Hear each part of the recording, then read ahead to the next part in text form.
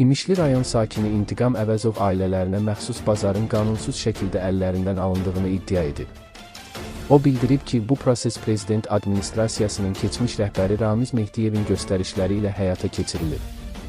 Axar Az xəbər verir ki, Global Info Azra müraciət edən şəxs atası, mərhum Rüstəm Əvəzovun 1995-ci ildən İmişli rayon kolxoz bazarının müdiri olduğunu bildirib.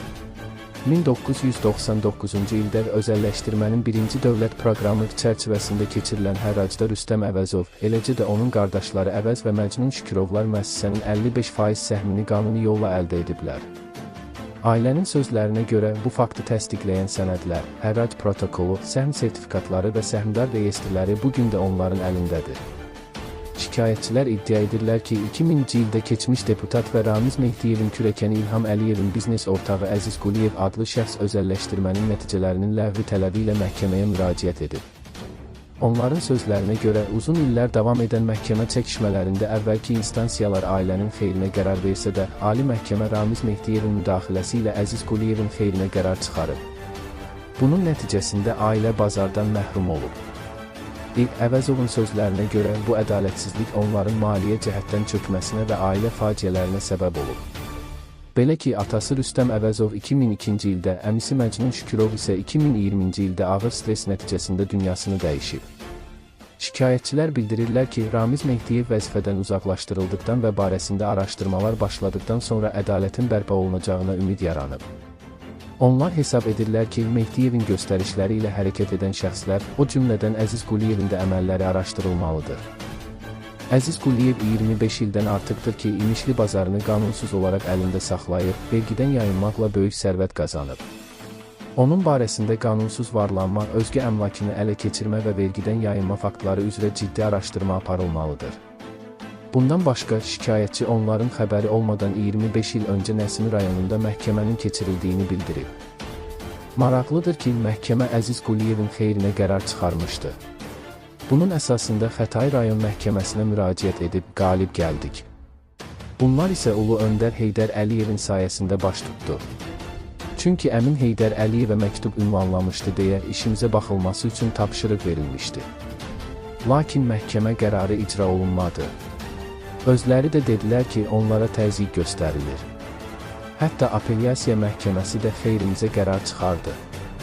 Amma 8 aydan sonra iş Ali məhkəməyə verildi və onların xeyrinə qərar verildi. Onda da hakim Südabə xanım idi. Adam açıq şəkildə bizə dedi ki, mən işi sizin xeyrinizə çıxarsam, məni Mehdiyev ailəsi öldürəcək. İntiqam Əvəz 25 ildən sonra məsələnin işıqlandırılmasını belə izah edib. Ramiz Mehdiyevə görə heç kim işimizə ədalətli yanaşa bilmirdi. Biz gözləyir və inanırdıq ki, nə vaxtsa Ramiz Mehdiyev vəzifədən kənarlaşdırılacaq və ya dünyasını dəyişəcək. İndi isə ölmədi, amma ölməkdən daha pis hala düşdü.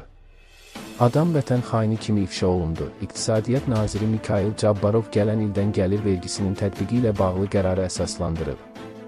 Axar Az APAG-a istinadən xəbər verir ki, Milli Məclisin İqtisadi Siyasət, Sənaye və Sahibkarlıq Komitəsinin iclasında Azərbaycan Respublikasının 2026-cı il dövlət büdcəsi haqqında qanun layihəsinin müzakirəsi zamanı İqtisadiyyat naziri deyib ki, 1 yanvar 2026-cı ildən gəlir vergisi ilə bağlı güzəştin vaxtı bitir.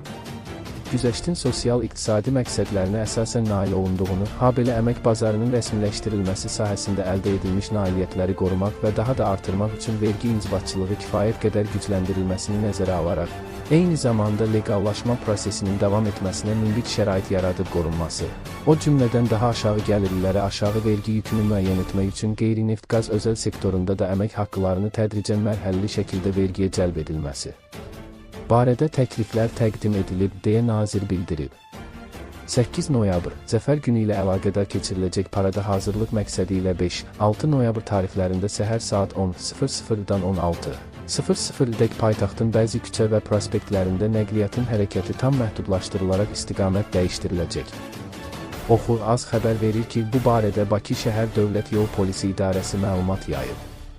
Məhdudiyyət tətbiq ediləcək küçə və prospektlər aşağıdakılardır. Bakı Su İdman Sarayından Teleteatr binasının yanından və Şeyx Şamil küçəsindən Azneft dairəsi istiqamətinə. Neftçilər prospekti, Zər, Əliyevə, Hacıbəyli və 8 noyabr prospektinin bir hissəsi. Ağşəhər bulvarı, Hay, Rüstəmov küçəsindən Yey, Səfərov küçəsinə qədər hərəkət məhdudlaşdırılacaq. Paytaxtın cənub giriş qapısından sürücülər Azneft və Neftçilər dairəsinə alternativ kimi Bakı-Salyan yolunun 14-cü kilometrliyindən Lökbatan dairəsi istiqamətində 3-cü kənar dairəvi yolla 20 yanvar və ya yeni yasamal ərazisindən keçməklə hərəkət edə bilərlər. Eyni zamanda 20-ci sahə Bayıl qəsəbəsində yaşayanlar isə qəsəbənin daxili yolları ilə Qurban Abbasov küçəsindən keçməklə Teymur Elçin, Mehdi Hüseyn və Lermontov küçələri ilə mərkəzə doğru hərəkət etmələri tövsiyə olunur. Şəhərin mərkəzindən Xətay və Nizami rayonlarına doğru hərəkət etmək istəyən sürücülər Şah, Bədəlbəyli, Azadlıq prospekti, Nizami və Yey, Səfərov küçəsindən keçməklə hərəkət edə bilərlər. Əliyev prospektindən Yasamal və digər istiqamətlərə gedən sürücülər isə Yey, Səfərov küçəsindən keçməklə 28 may, Rəbehbudov, Füzuli və Aşaiq küçələrindən hərəkət edərək keçə bilərlər. Əlavə olaraq bildirək ki, məhdudiyyət tətbiq ediləcək küçə və prospektlərin giriş və çıxışlarında DYP əməkdaşları tərəfindən xidmət təşkil edilərək nəqliyyat vasitələri alternativ istiqamətlərə yönləndiriləcək. Yol hərəkəti iştirakçılarından qeyd edilən məhdudiyyətləri nəzərə alaraq fərdi minik avtomobillərindən mümkün qədər az istifadə etmələri, şəhərin mərkəzi hissəsinə yalnız ictimai nəqliyyat vasitələri ilə hərəkət etmələri xahiş olunur. Qurumdan bildirilib.